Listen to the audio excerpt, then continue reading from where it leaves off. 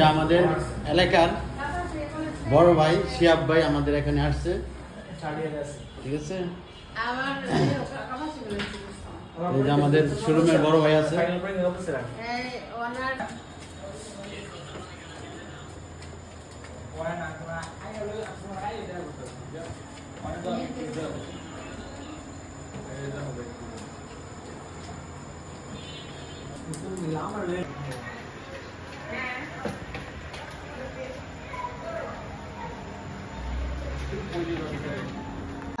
সময় দেন একটু, 20 মিনিট সময় দেন।